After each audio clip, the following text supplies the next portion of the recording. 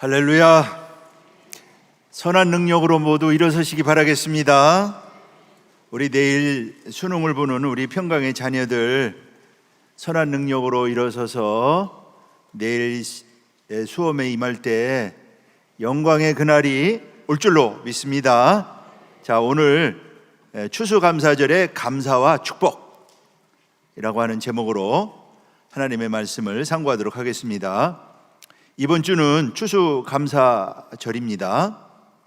추수감사절을 앞두고 추수감사절의 의미에 대하여 오늘 살펴보도록 하겠습니다. 먼저 추수감사절의 유래입니다. 오늘날의 이 한국교회에서 지키는 추수감사절은요, 영국에서 미국으로 건너간 청교도들에 의해서 비롯이 되었습니다. 1620년 경건한 삶을 추구하던 청교도 102명이 영국에서의 박해를 피해서 신앙의 자유를 찾아서 메이플라워호라고 하는 작은 목선을 타고 60여일의 항해 끝에 마침내 미국에 도착하게 되죠. 그것이 바로 플리머스 항이었고요. 도착한 날은 11월 20일이었던 것입니다. 그들은 작은 배를 타고 참으로 목숨을 걸고 이렇게 항해 끝에 도착했죠.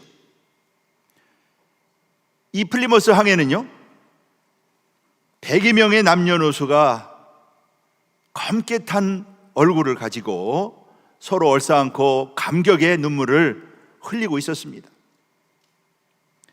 그들의 항해가 얼마나 위험했습니까?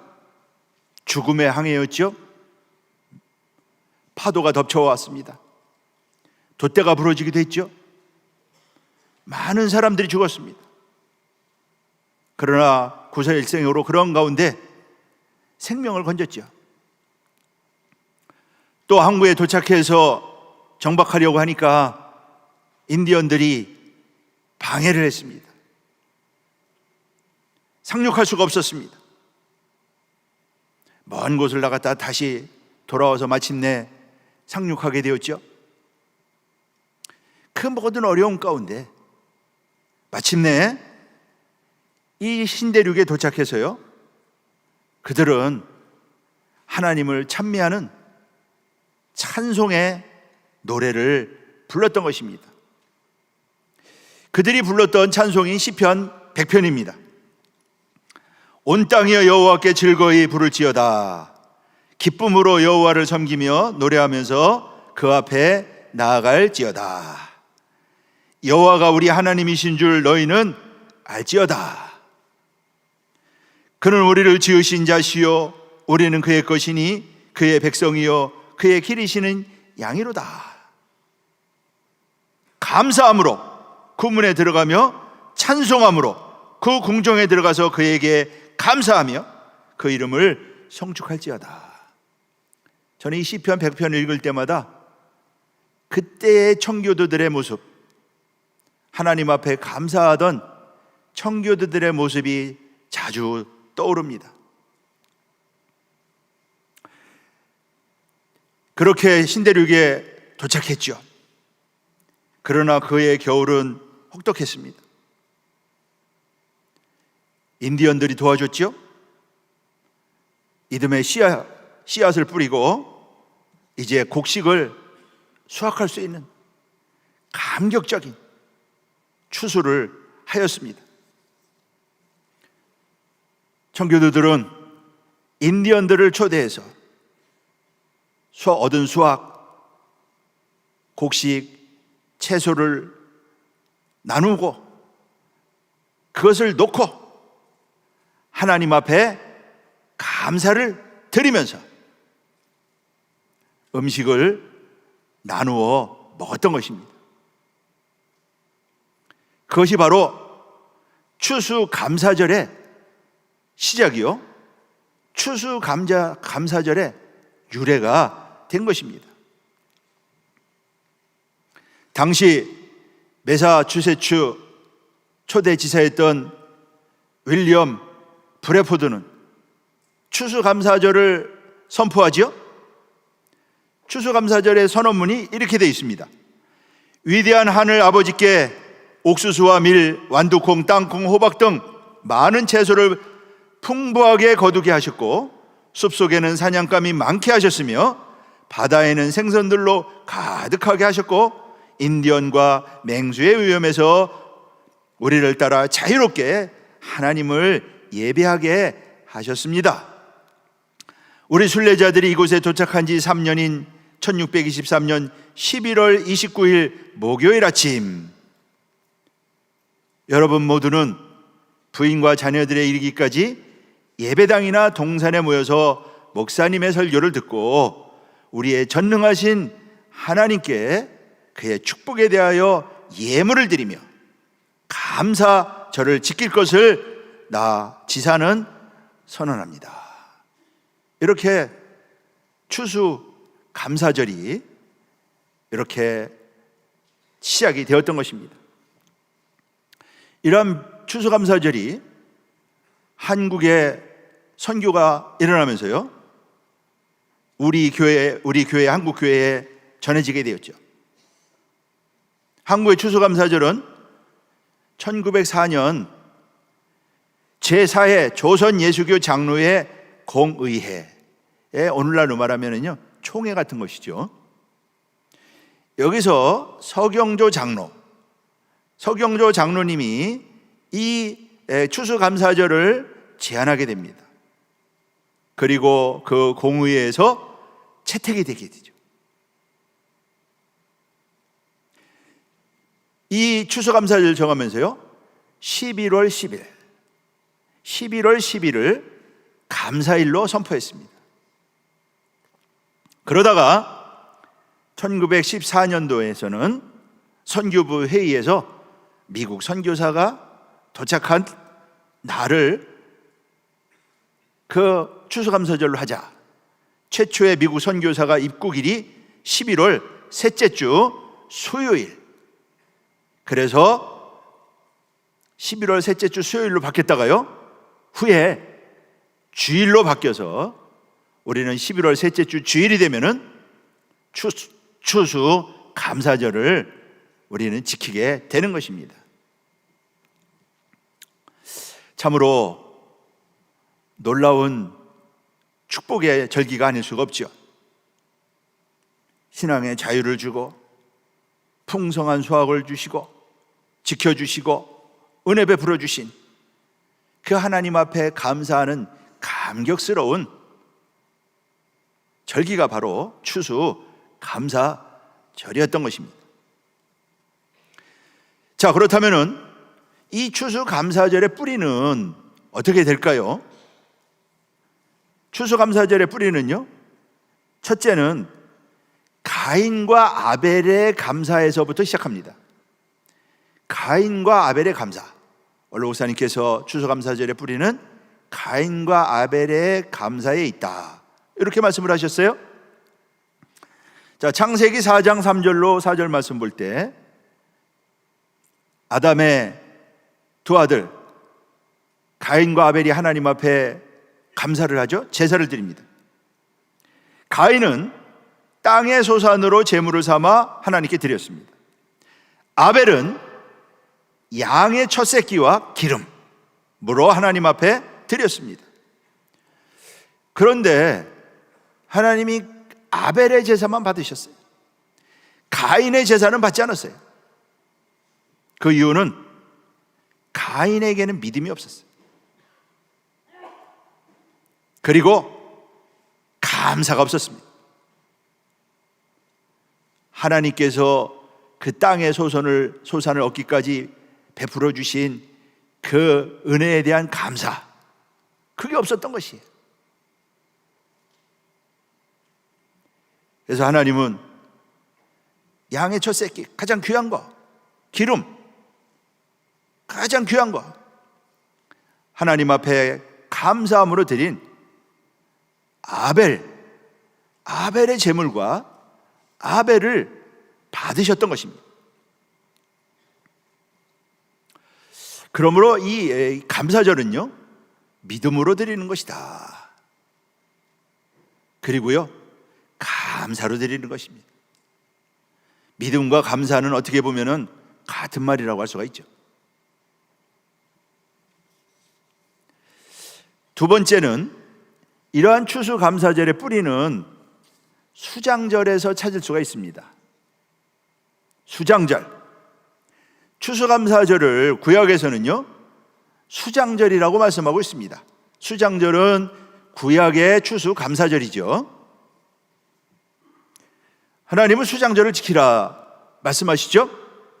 출애굽기 23장 16절 말씀 볼 때 수장절을 지키라, 맥주절을 지키라 말씀하시면서요, 연종에는 수장절을 지키라. 이는 내가 수고하여 이룬 것을 연종의 밭에서부터 거두어 저장함이니라 그랬습니다. 출애굽기 34장 22절에서도요, 수장절을 지키라. 자, 수장절, 거두어서 저장한다 그런 뜻이죠. 수장절은 히브리어로, 원어로 아시프라고 합니다. 아시프라고 하는 말은 추수라는 뜻입니다. 수확이라는 뜻입니다. 그러므로 수장절을 지키라는 말씀은 추수의 절기를 지키라, 수확의 절기를 지키라고 하는 것이죠. 그 수확을 얻기까지 하나님이 베푸신 은혜, 그 얼마나 큽니까? 햇빛을 주셨죠? 햇빛이 없으면 곡식이 자랄 수가 있습니까? 때에 따라 비를 주셨죠? 이른 비와 늦은 비를 적절하게 주셨습니다. 그 식물이 잘 자라도록 하시고 병충해도 막아주시고 내가 땀을 흘린 만큼 많은 수확을 맺을 수 있도록, 그 열매가 익어갈 때 뭐 태풍이 분다던가 해보세요. 다 떨어지지 않습니까? 아주 적절하게 노랗게 잘 익어갈 수 있도록,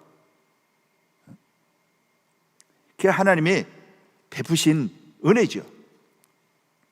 그거를 기억하고 그거 그냥 저절로 된 거야, 그건 믿음이 아니죠. 믿음으로 되는 사람은요, 거기서 역사하는 하나님의 은혜를 볼 줄 아는 것입니다.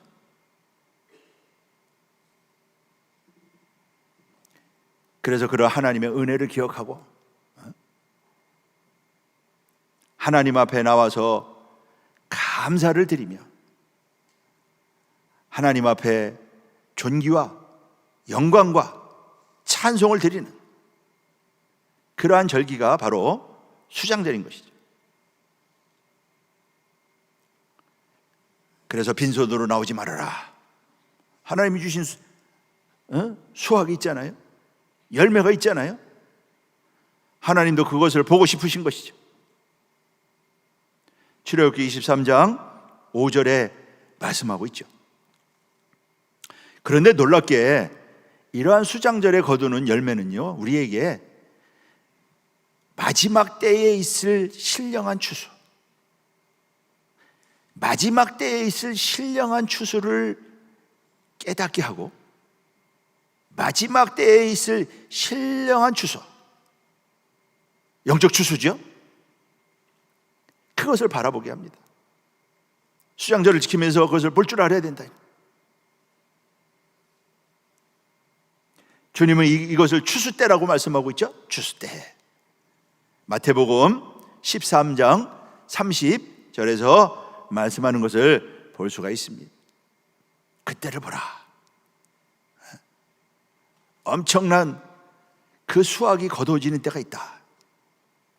황금 물결을 이루듯이 마지막 때 거둬지는 엄청난 수확의 축복의 때가 있다. 그때 이제 우리 각자가 열매가 돼야 되는 것이죠. 이것은 신령한 추수기 때문에 그것을 또 바라보게 하는 것이 수장절입니다. 가을이 왔죠. 거두지요. 이때 마지막 때에 거둘 하나님의 수확, 그것을 볼 줄 알아야 된다. 내가 열매가 되었느냐? 열매가 돼야지만 수확이 되는 거 아닙니까? 우리 자신을 돌아보고 신앙을 점검하는 때가 바로 이렇게 이 가을의 때, 수확의 때, 수장절이라고 말할 수가 있는 것이죠. 작은 세 번째는요, 초막절. 초막절이 또한 추수감사절에 해당합니다. 자, 초막절은 수장절의 다른 이름이죠. 다른 이름입니다. 다른 데 초점이 있기 때문에 초막절이라고 하고 있는 것이죠.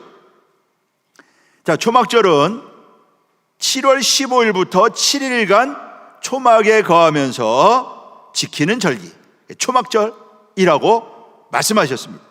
레위기 23장 34절 7월 15일은 초막절이니 그랬습니다. 신명기 16장 13절 또 16절 말씀 볼 때 초막절을 지키라 이렇게 말씀하고 있죠. 초막절은 7일간 지켜라 이렇게 말씀하고 있습니다.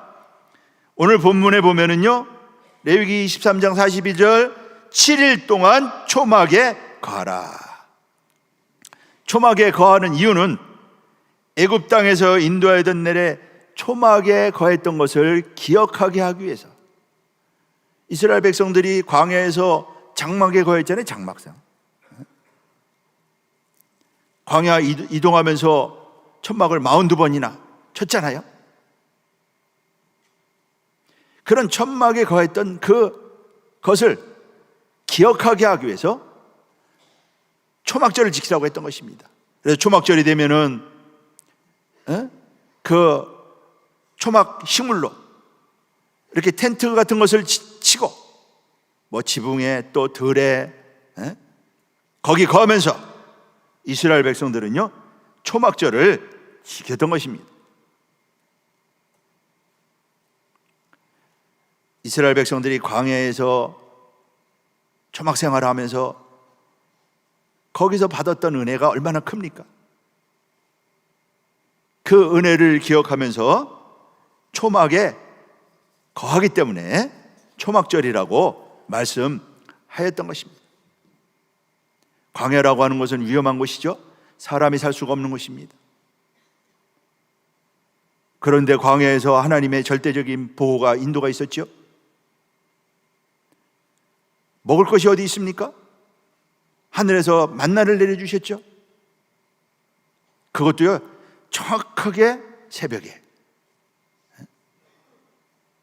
만약에 만나가 새벽에 안 내렸으면 그날 굶어야 됩니다. 하루도 빼주지 않고. 하나님이 살짝 안 내렸다 그러면은요 그 하루 굶어야 되는 거죠. 근데 하나도 빠지지 않고. 그만큼 하나님의 마음이, 그만큼 이스라엘 백성들을 향한 하나님의 은혜가 정확하고, 그리고 길갈에 도착해서 유월절 지킬 그날까지 신광야에서부터 하루도 끊치지 않고, 물론 이제 안식일에는 내리지 않았지만은요 그렇게 하지 않았습니다. 그게 저절로 된 것입니까? 하나님이 정확하게 보내신 것입니다. 하나도 빼놓지 않고. 집에서 내가 밥 먹으면 저절로 밥상이 차려지나요? 엄마가, 아내가 차려주기 때문에 밥을 먹는 거 아닙니까? 그런 은혜, 그건 당연한 거야, 저절로 된 거야. 그 믿음이 아니죠. 그걸 볼 줄 아는 거, 그 하나님의 마음, 하나님의 권고하심을 볼 줄 아는 거, 그게 믿음이죠. 그리고 광야라고 하는 것은요 물을 구하기, 비가 안 내리는 곳 아닙니까? 물을 구할 수가 없어요. 반석을 갈라서 물을 주셨죠. 강물을 이루게 했잖아요. 그리고 광야라고 하는 것은 얼마나 위험한 곳입니까? 언제나 적들이 와서 공격할 수 있는 곳이 광야입니다. 딱 터진 곳 아닙니까? 보호해 주시고, 광야는 뜨거워서 살 수가 없는 것이죠. 구름으로 햇빛 쫙 가려주시고, 우리는 어디 가든지 그늘이 있지만은 광야는요, 그늘이라고 하는 곳은 없습니다. 성경에 보면은요, 해가 아주 햇빛을 가리는 것이 큰 은혜라고 말씀하고 있는 것을 볼 수가 있어요. 구름 기둥으로 해를 가려주시고, 또 광야는 또 밤이 되면 춥습니다. 불기둥으로 그들을 보호하시고, 그 모든 것들을 기억하라 이거예요. 하나님의 은혜가 아닌 것이 없죠.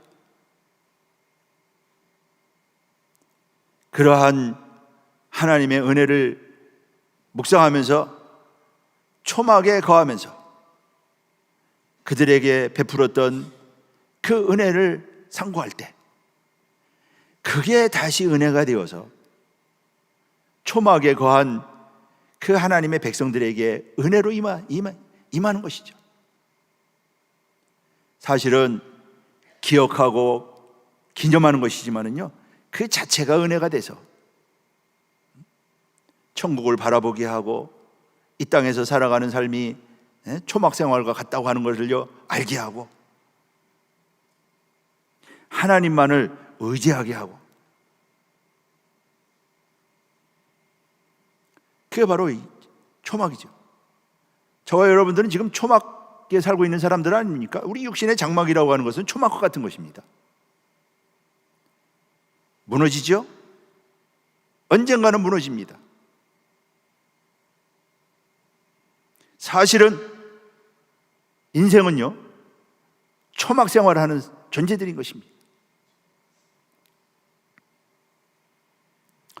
그때 베풀어 주신 은혜를 기억할 때 그것이 나에게 은혜가 되어서 다시 나에게 은혜가 저장이 되고 은혜가 쌓이고, 하나님께서 은혜를 주시는 방편, 그것이 바로 초막절이 아닐 수가 없는 것이죠. 바로 초막절을 지키는 것이 오늘날 우리가 추수감사절을 지키는 것이잖아요. 그러므로 진정한 우리 감사는 나를 위하여, 나를 구속하기 위하여 십자가에서 고통당하시고 매맞으시고 피 흘리신 그 주님의 그 은혜를 다시 한번 마음에 새기고, 그 은혜를 다시 한번 기억하고 하나님 앞에 감사하는, 감사를 다시 살리는, 그것이 바로 초막절이요 추수 감사절이라고 하는 것입니다.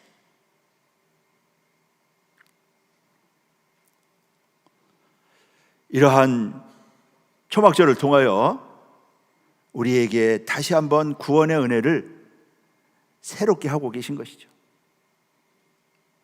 우리는 초막에 거한다고 하는 것을 잊어서는 안 됩니다. 우리 육신의 장막은요 확실히 초막입니다.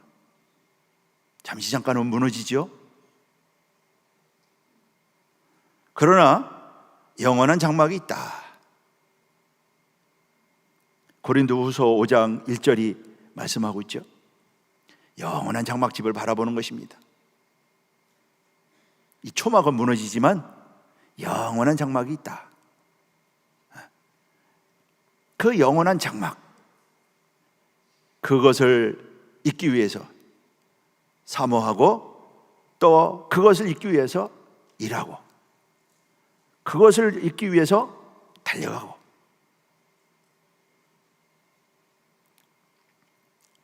참으로 이러한 추수감사절은 은혜요 축복이 아닐 수가 없는 것이죠. 이러한 추수감사절의 은혜가 가득하시고 충만하시기를 주님의 이름으로 축복하겠습니다. 세 번째는요, 초막절에는 아르바미님으로 즐거워한다. 아르바미님. 처음 들어보실 거예요. 자, 이 초막절에는요, 레위기 오늘 본문 40절의 말씀 보면은 아름다운 나무 실과와 종려 가지와 무성한 가지와 신의 버들을 취하여 너희 하나님 여호와 앞에서 7일 동안 즐거워할 것이라 그랬습니다. 요 네 가지 식물, 아름다운 나무 실과, 종려 가지, 무성한 가지, 신의 버들, 요 네 가지를요 아르바미님이라고 합니다. 아르바는 넷이라는 뜻이고요, 미님은 식물이라는 뜻입니다. 네 가지 식물, 하나님이 이 네 가지 식물을 가지고 하나님 앞에서 즐거워하라 그랬습니다. 느헤미야 8장 15절에서도 거기는요 감람나무 가지, 또 화석류나무 가지, 종려 가지, 무성한 나무 가지, 뭐 이렇게 표현하고 있습니다. 네 가지 식물, 하나님이 즐거워하라고 네 가지 식물, 첫째는요 신의 버들이라고 했습니다. 신의 버들. 자, 신의 버들은요 아라바라고 합니다. 아라바. 신의 버들, 이 아라바는요 버드나무를 가리킵니다. 자, 거기 사진을 보시면은 여기 이제 아르바미님이라고 하는 네 가지 식물이 나오지요. 자, 맨 왼쪽에 있는 게 종려 가지입니다. 맨 왼쪽에 있는 그림. 그리고 그 두 번째가 화석류 나무. 그리고 세 번째 이렇게 굽어진 것이 신의 버들. 그리고 맨 오른쪽에 있는 노란 그 과일이 아름다운 나무 실과인 것입니다. 저 네 가지를 가지고 하나님 앞에서 즐거워하라. 오늘날 유대인들이 이 초막절을 지킬 때 저 네 가지 아르바미님을 가지고 초막절을 지킵니다. 자, 첫 번째가 신의 버들이라고 그랬죠. 자, 신의 버들은 거기 가운데 이렇게 휘어 있는 그게 신의 버들입니다. 아라바라고 한다고 그랬죠. 아라바. 자, 이 버드나무라고 성경은 번역하고 있는데 시냇가의 버들. 자, 이사야 44장 4절 말씀 보면은요, 그들이 풀 가운데서 솟아나기를 시냇가의 버들같이 할 것이라. 여기 버들이 아라바입니다. 이 버들은, 아라바는 번성과 강성을 의미합니다. 번성과 강성. 자, 이사야 44장 4절에 보면은 풀 가운데서 솟아나기를 시냇가의 버들이라고 하는데, 풀은 이방 민족을 가리키는 것이고요, 시냇가는 생명을 풍성하게 하는 근원을 시냇가라고 말씀하고 있는 것이고요, 버들은 이스라엘을 가리키는 말입니다. 생명수를 공급받아 가지고 왕성하게 성장하는, 그래서 강성해지는 이스라엘을 가리키는 말이 버들입니다.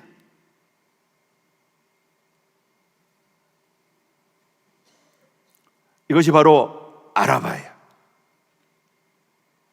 그것의 의미는 강성, 강성해진다, 번성한다.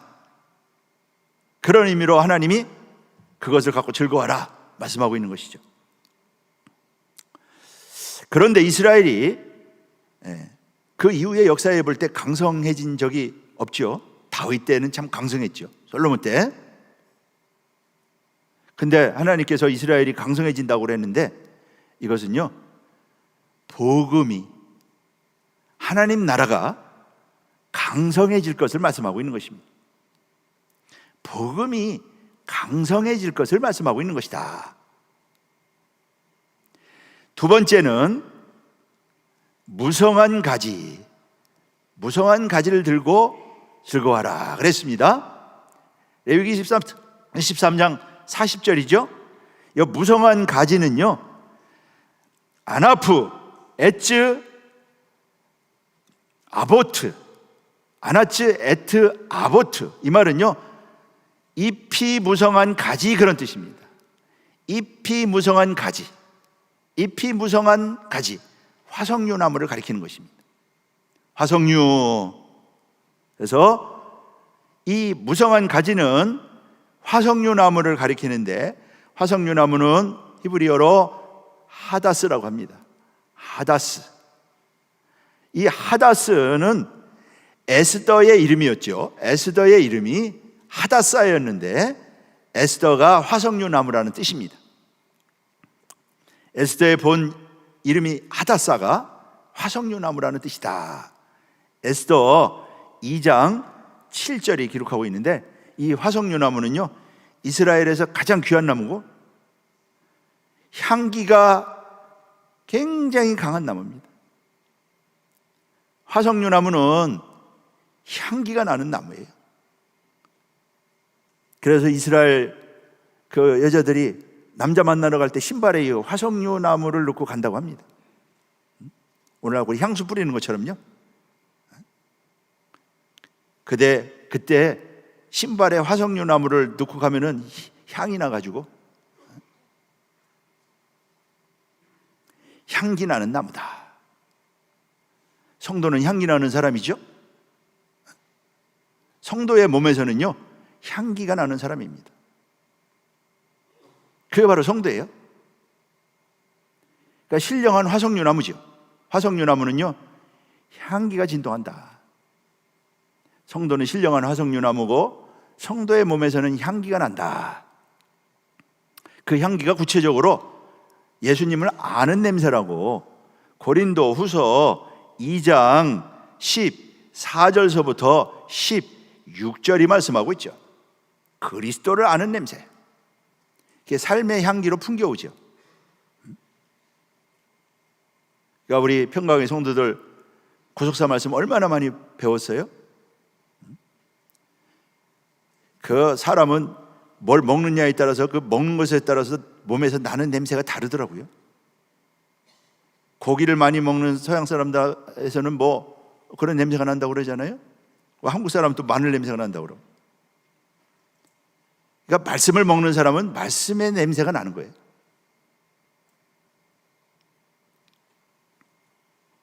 예수를 먹은 사람은요, 예수를 믿은 사람은 예수의 냄새가 나게 돼 있다. 말씀의 냄새가 나게 돼 있다. 그러니까 먹고 소화시킬 때 그게 냄새가 나죠. 그리스도를 아는 냄새. 이 냄새가 얼마나 진한지요. 어떤 사람에게는 생명의 향기로, 어떤 사람에게는 죽음의 향기로 난다. 신기한 향기죠. 고린도후서 2장 16절이 말씀하고 있잖아요. 어떤 사람에게는 살리는 향기로, 어떤 사람에게는 죽음의 향기로 온다. 우리 평강의 성도들은 구속사의 말씀을 얼마나 많이 먹었어요? 그 하나님의 사람이 말씀을 얼마나 많이 먹였어요? 그래서 우리 평강의 성도들 몸에서는요, 향기가 나는, 그리스도의 향기가 날리는. 그래서 그 냄새가 쫙 퍼져나갈 때 그 얼마나 향기롭게 하고요, 그 냄새를 맡기 위해서 사람들이 오는 거 아닙니까? 말씀을 먹으면 말씀의 냄새가 나게 돼 있는 것이죠. 소화를 시키면은요, 말씀의 냄새가 나게 돼 있는 것입니다. 이러한 냄새를 우리가 풍기고 날릴 때 열방도 이 냄새를 맡고요, 말씀 앞으로 달려오는 역사가 있을 줄로 믿습니다. 우리가 향기가 나는 사람들이 되자.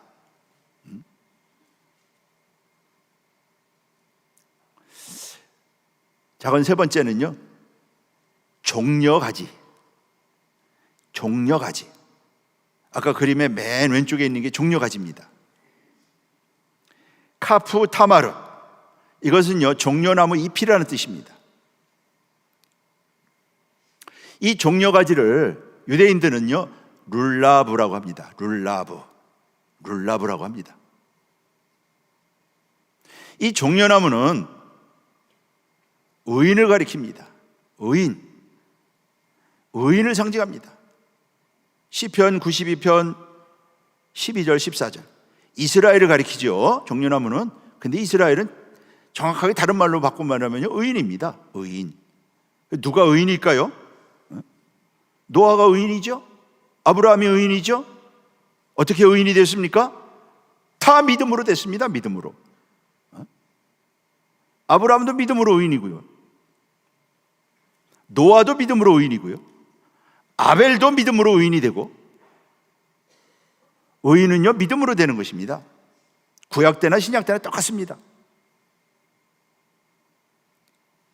오늘날 우리가 예수 그리스도를 믿을 때 의인이 된다가, 예수 그리스도를 믿어서 그와 연합한 자가 될 때, 그가 바로 의인 아닙니까? 그가 바로 의인이에요. 우리 평강의 성도들은요, 모두 의인인 줄로 믿습니다. 이렇게 대답이 약하시네. 믿음으로 의인이 되잖아요. 하나님이 의인이라고 선언해 주시는 거예요. 우리가 볼 때 뭐 죄인이고 죄도 많고 하지만요, 의인인 줄 믿으시기 바라겠습니다. 의인이에요, 의인. 그리고 우리 평강에 내일 수능 보는 평강의 자녀들도 의인인 줄로 믿습니다. 하나님의 자녀 의인이에요. 왜? 예수 믿기 때문에, 하나님 믿기 때문에 하나님이 의인으로 불러주시는 거예요. 그리고 하나님은 의인을 도와주십니다. 의인의 요동함을 허락지 않으시고, 의인은요 7번 넘어져도 다시 일어나잖아요. 잠언 24장 16절. 그래서 우리 평강의 자녀들 하나님이 내일 시험 볼 때 우리 도와주실 줄로 믿습니다. 왜? 의인이기 때문에 도와주시는 거예요. 우리 자녀이기 때문에, 평강의 자녀이기 때문에가 아니고 의인이기 때문에 도와주시는 거예요. 하나님은 의인을 도와주셔요. 그 다니엘 도와주시는 거 보세요. 다니엘은 뭐 대표적인 의인 아닙니까? 지혜가 바벨론의 10배 이상 갈 정도로 그렇게 하나님이 도와주시잖아요. 하나님은 악인은 그 거들떠도 안 보지만요, 의인은 도와주신다. 그래서 의인의 기도를 들으시는 거예요. 그리고 나의 하나님이기 때문에 기도를 들으시고 도와주시는 것이 아브라함의 하나님이 아니고요, 나의 하나님. 왜? 내가 예수 그리스도의 십자가 피로 하나님의 자녀요 언약 백성이 되었기 때문에 나의 하나님이에요. 그 하나님, 우리 평강의 자녀들 바로 의인이요, 약속의 자녀예요. 그래서 하나님께서 도와주신다는 거. 도와달라고 하면은요 도와주셔. 하나님은 도와주셔. 그리고요 그 언약 백성이기 때문에 하나님이 도와준다고 약속했기 때문에 도와주시는 거예요. 그런 믿음으로 내일 시험에 임하시고 할 때 하나님께 도우셔가지고요 뜻밖의 놀라운 결과를 얻을 줄로 믿습니다. 하나님이 도와주신다. 하나님이 다니엘 세 친구 다니엘을 도와주니까 그렇게 된 거예요. 그 사람들이 뭐 날 때부터 무슨 뭐 남이 범접하지 못하는 천재였느냐? 그렇지 않아요. 하나님이 도와주신 거예요.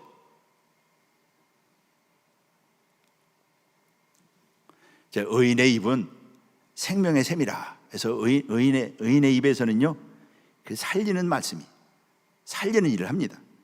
잠언서 10장 11절이 말씀하고 있죠.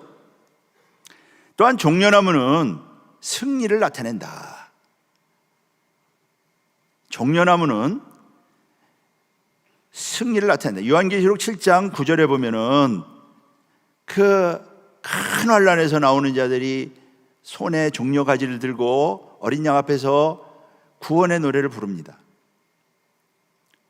종려가지, 승리를 가리키죠. 예수님이 입성할 때 종려가지를 들고 예수님을 왕이라고 그 환영하면서 주님을 맞이하지 않았습니까? 마태복음 21장 8절 9절, 또 마가복음 11장 8절, 요한복음 12장 13절 말씀 보면은요, 종려가지를 흔들었다.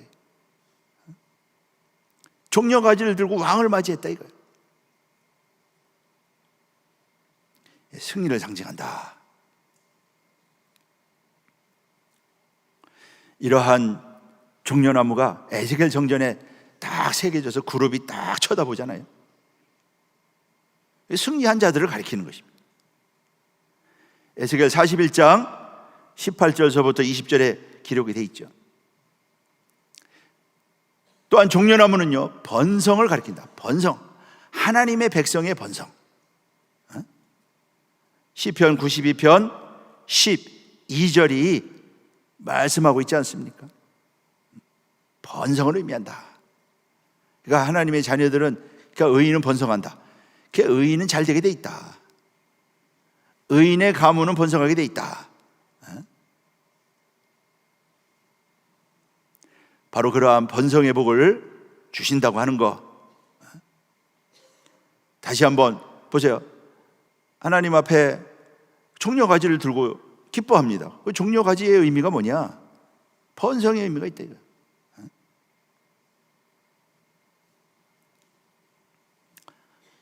마지막으로 네 번째는요, 아름다운 나무 실과를 가지고 기뻐해라. 아름다운 나무 실과. 페리에츠 하다르, 히브리어로 페리에츠 하다르. 요거는요, 아름다운 나무의 열매, 그런 뜻입니다. 이것을 유대인들은 에트로그라고 합니다. 에트로그. 이 에트로그는요, 맛이 좋고 향이 좋은 열매입니다. 맛이 좋고 향이 좋은 열매. 우리가 이런 열매가 돼야 되죠. 말씀 받은 성도가 이러한 열매가 돼야 됩니다. 가을은 열매를 거두는 계절이잖아요. 열매를 거두는 것이 수장들 아닙니까? 좋은 열매가 돼야 된다. 주님이 말씀하죠. 좋은 열매를 맺지 못하면은 찍어 불에 던진다 그랬어요.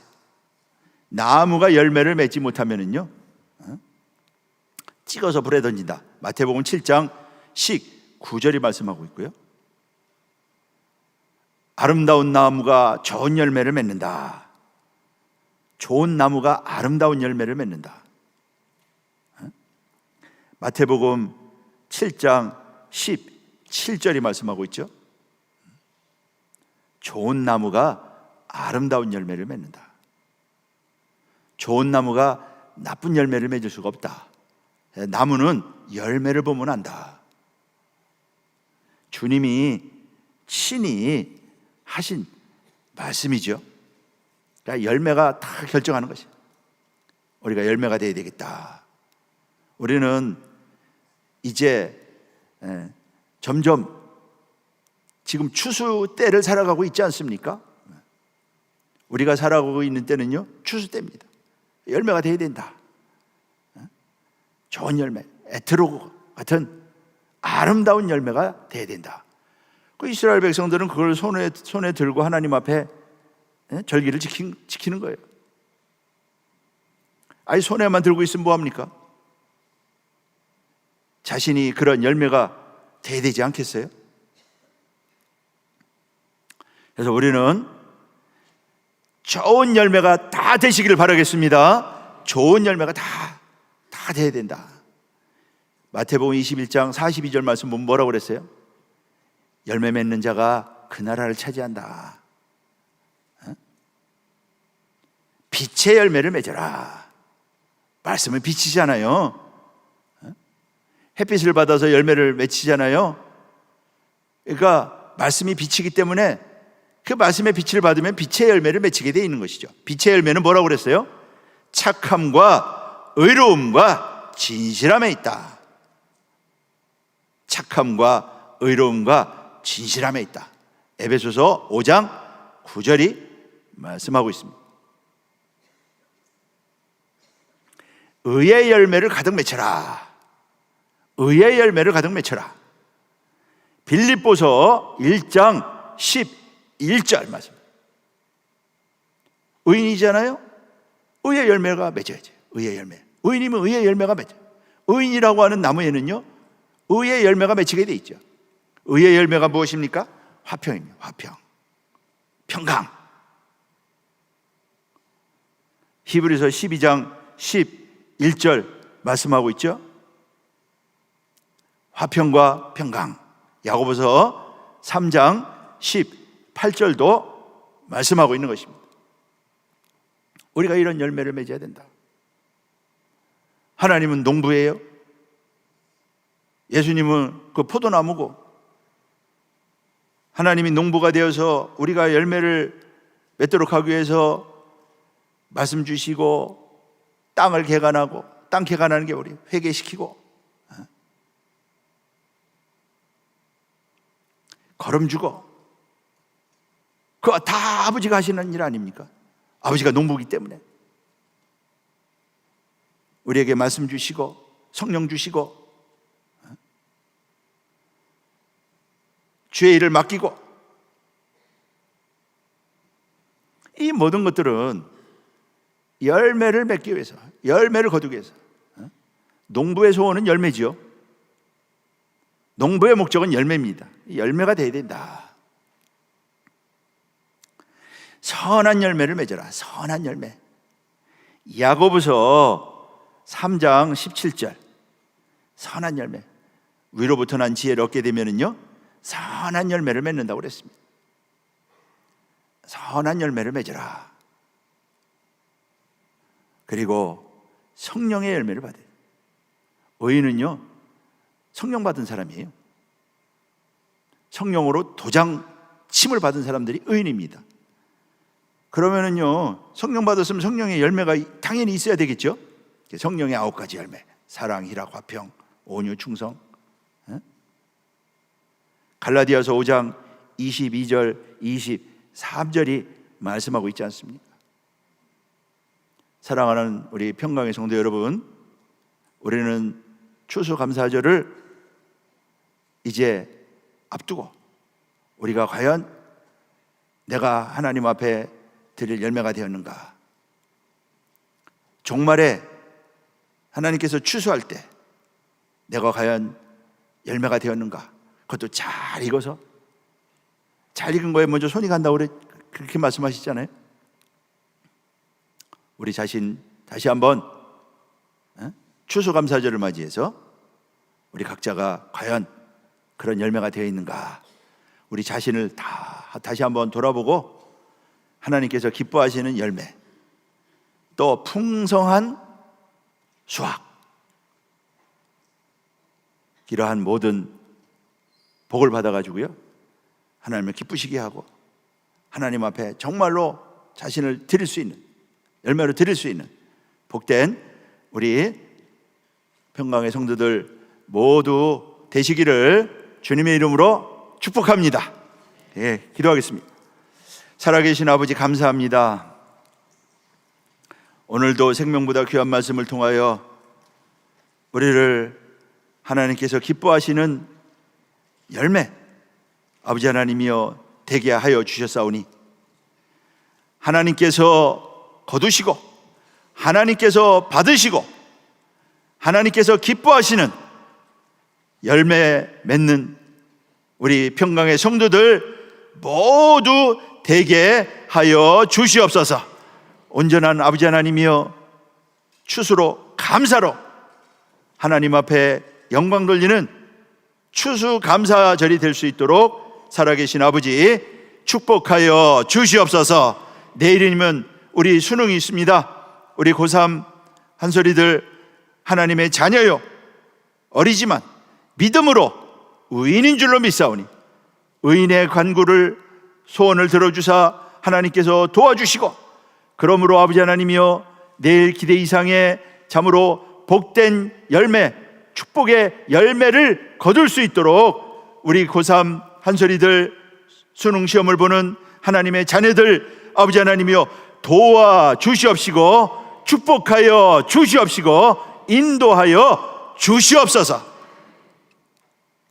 우리 박성환 성도 내일 19일 아산병원에서 수술한다고 합니다. 종양의 위치가 숨골 아래 위치해서 수술이 어렵다고 합니다. 의사에게 은혜 입혀 주셔서 깨끗이 종양이 제거될 수 있도록 살아계신 아버지 축복하여 주시옵소서. 온전히 아버지 하나님이여 회복되는 산 역사가 있도록 은혜로 함께 하시고 인도하여 주시옵소서. 김원앱 씨바 이제 고강도 항암 치료를 다시 시작합니다. 살아계신 아버지 하나님, 이렇게 항암 치료를 견딜 수 있는 체력을 허락하여 주시고 약물의 은혜 입혀 주셔서 이번 항암 치료를 통하여 모든 암세포가 깨끗이 다 제거되고 온전히 아버지 하나님이여 강건함을 입는 귀한 아버지 하나님의 역사 있도록 축복하여 주시옵소서. 예수 그리스도의 이름으로 감사하며 기도하옵나이다. 아멘. 감사가 드리겠습니다.